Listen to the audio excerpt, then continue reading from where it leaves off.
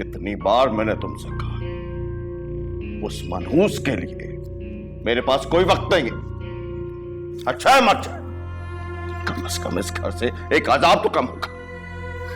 लेकिन वो भी तो आपकी बेटी है। नहीं, वो मेरी नहीं, तेरी पैदा कर दी नहुसत है मेरे लिए।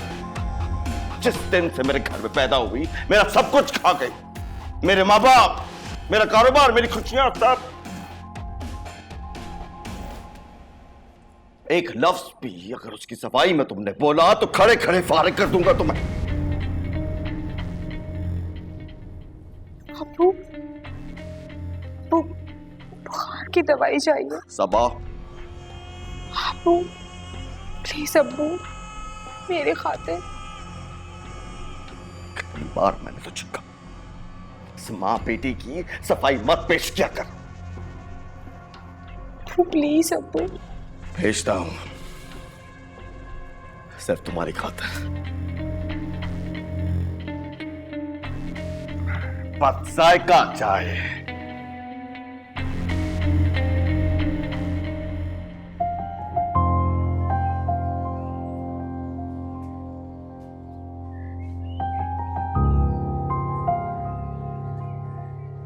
मायरा, तुम मुझे बताओ तो सही कि आखिर उस दिन बात करते हुआ क्या था? कुछ नहीं अशर, वही रोज का मामूल। रोज की बात तो नहीं थी। अगर रोज की बात होती तो तुम इतना ज्यादा हर्ट ना होती। बात मामूली है, लेकिन मेरी कुव्वत बर्दाश्त अब खत्म हो चुकी है यार। इसीलिए तो मैं तुम्हें कह रहा हूँ कि मुझे अपने घर वालों को तुम्हारे घर रिश्ते के लिए भेजने दो। अभी अम्मी को भी कन्विंस करना। क्यों? मैं ममानी को पसंद नहीं हूँ? मायरा, ऐसी कोई बात नहीं। अम्मी को तो तुम बहुत पसंद हो, लेकिन शायद तुम्हारे अब्बू की वजह से कोई इख्तलाफ हो सकते हो। अशर, काश सबापी को भी तुम्हारी तरह कोई तसल्ली देने वाला मिल जाता। तुम फिक्र नहीं करो, सबा की जिंदगी में इंशाल्लाह बहुत जल्द खुशियां आएंगी। अशर, मुझे बहुत डर लगता है, अगर अब्बू ने हम दोनों के रिश्ते से इनकार कर दिया फिर? मायरा, अल्लाह से दुआ करो, इंशाल्लाह सब ठीक हो जाएगा। अच्छा, मुझे ये बताओ कि तुम्हारी एग्जाम फी पे हो गई थी? मैं अच्छे तरीके से जानती हूँ अशर कि अम्मी से मुझे तसल्लियाँ दे रही हैं। अब्बू तो इन्हें साफ साफ इनकार कर चुके हैं। चलो, आज हम तुम्हारे कॉलेज की फीस पे कर देंगे। मैं तुम्हारा कर्ज जल्दी लौटा दूंगी। तो मेरा कर्ज उतारना चाहती हो? कर्ज तो तुम मेरा यहाँ पे भी उतार सकती हो अगर तुम चाहो।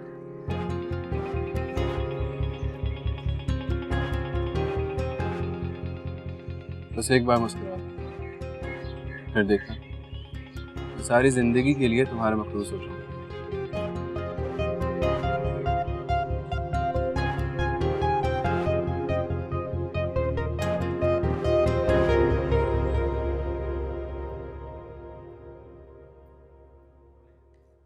मेरा कोई मूड नहीं हो रहा मक्खन डबल रोटी खाने को। ना पेट भरता है ना दिल। बिलाल, वो जरा पठान के होटल से जाकर अंडे पराठे ले आ। क्यों? आपकी चाहिए थी सबा का बनाया हुआ खाना खत्म हो गया? पठान के होटल से पकड़ लो।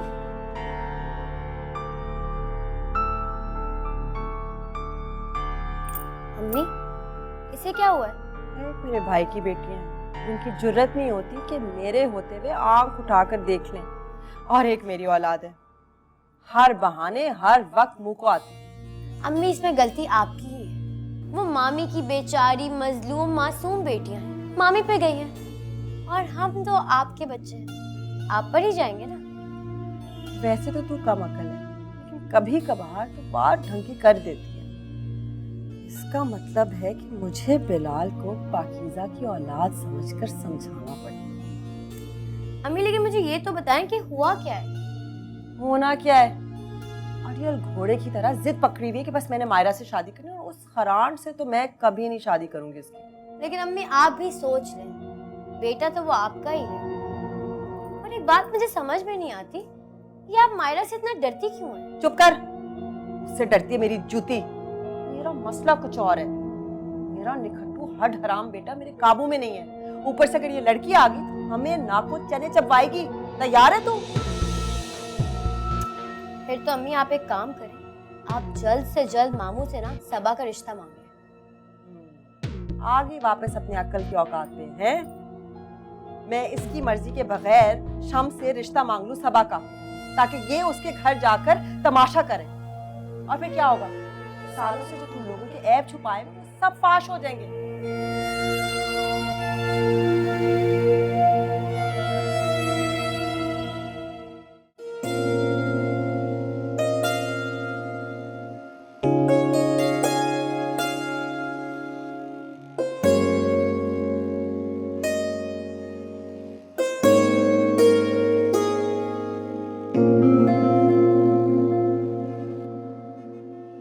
अरे शम्स, क्या हाल है भाई? किधर गायब हो गए थे तुम? नजर ही नहीं आए फिर। यार क्या करता आते, तूने नजीर के सामने शर्मिंदा इतना करवा दिया। इधर तूने रिश्ते से इनकार किया, उधर उसका दूसरी जगह रिश्ता पक्का। ओ भाई मेरे, आजकल लड़कियों के रिश्ते मिलते कहाँ हैं? एक लड़की ढूंढने जाओ ना 1000 मिलती हैं। बस यार खालिद, तू मेरी आपा को तो जानता है, दीनदार खातून है, लड़का बैंक की नौकरी करता था, सूद का कारोबार था, सूद की बड़ी पकड़ होती है भाई। यार जब तक तू घर की जनानियों पर मशवरा करेगा ना, तू 3 बोझ अपने सर पे ही लेके घूमेगा। अच्छा खैर छोड़, तेरी नजर में कोई और लड़का है? तुझे बताने का कोई फायदा नहीं ना यार, तूने जाके वही अपनी आपा से मशवरा करना है और आपा ने इसको अपने हिसाब से देखना है। अच्छा यार बता तो सही। यार वो नहीं अपना वारिस, उसका बेटा, तो जिसकी जामा क्लास में कपड़े की दुकान है। वो अपना वारिस? हाँ हाँ अपना वारिस। वो पुराना यार वो तो बड़ा शरीफ खानदान है, बरसों से जानता हूँ मैं उनको। बस यूं समझ, ये रिश्ता मेरे ही पास है। अगर तू हाँ कर दे ना, तो लड़के वाले आके रिश्ता नहीं मांगेंगे, डायरेक्ट शादी की तारीख लेके जाएंगे और सब कुछ मेरी जिम्मेदारी। अरे हाँ क्यों ना करूँ, ना करने की तो कोई गुंजाइश बाकी है ही नहीं। परसों से जानता हूँ उनको। चाय पिएगा? हाँ हाँ। ओए, 2 चाय लेके आप पी की। अच्छा अच्छा।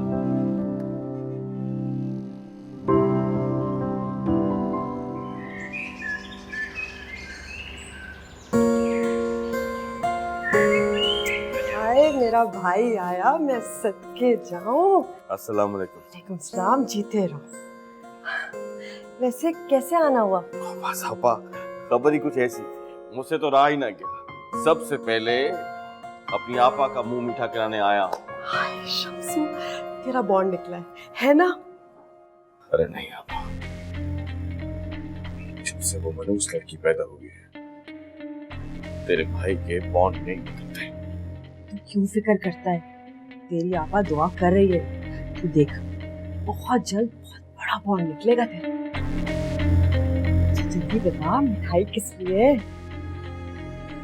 आपा, मैं अपनी सभा का रिश्ता तय करके आया। लड़का अपनी दुकान का मालिक है, कपड़े की दुकान है उसकी, जामिया क्लाथ में। सभा का रिश्ता तुमने आपा से नहीं पूछा? अरे आपा, इसीलिए तो सबसे पहले तुम्हारे पास आया हूं। जिसने रिश्ता तय करवाया है उसने कहा कि जवाब बहुत जल्दी चाहिए। तो मुझे कोई इनकार की वजह समझ नहीं आई। बरसों से उनको जानते हैं, लड़के का अपना कारोबार है, शरीफुल नफीस इंसान है, सोमो सलात का पाबंद है। और फिर जानती हो आपा, तुम्हारे भाई के कांधों पे 3 लड़कियों का पहाड़ जैसा बोझ है जो उसे उतारना है। समझ सकती हूँ, मैं एतराज नहीं कर रही। होती कौन है एतराज करने? अरे नहीं आपा नहीं, अगर तुम खुश नहीं हो तो मैं इस रिश्ते से इनकार कर देता। मुझे ऐसी कोई खुशी नहीं चाहिए जिसमें मेरी आपा खुश ना हो। छोड़, तेरी आपा की नाराजगी तेरे फर्ज से बड़ी तो नहीं ना? मुबारक हो।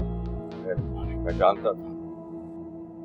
जानता था तुम मुझसे ज्यादा देर नाराज नहीं रह सकती। मैं सिर्फ तेरी आपा नहीं हूँ, तेरी माँ जैसी हूँ। हर चीज में सिर्फ तेरा फायदा ढूंढती हूँ। माँ की तरह अपनी हस्ती मिटाकर तेरी सलामती चाहती हूँ। मैंने भी अम्मा जिंदगी भर तुम्हारी उतनी इज्जत की है जितनी एक औलाद अपनी माँ की करती है। लो भला देखो, अपनी बातों में हम बच्चों को भूल ही गए। बच्चे कहाँ हैं?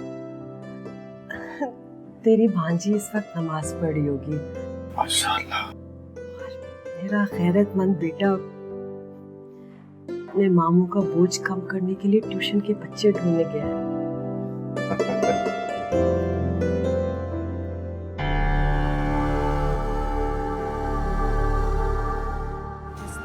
जो भी आ जाए वो दीवार गिरा दूं, अश्कों से जो बुझ ना पाए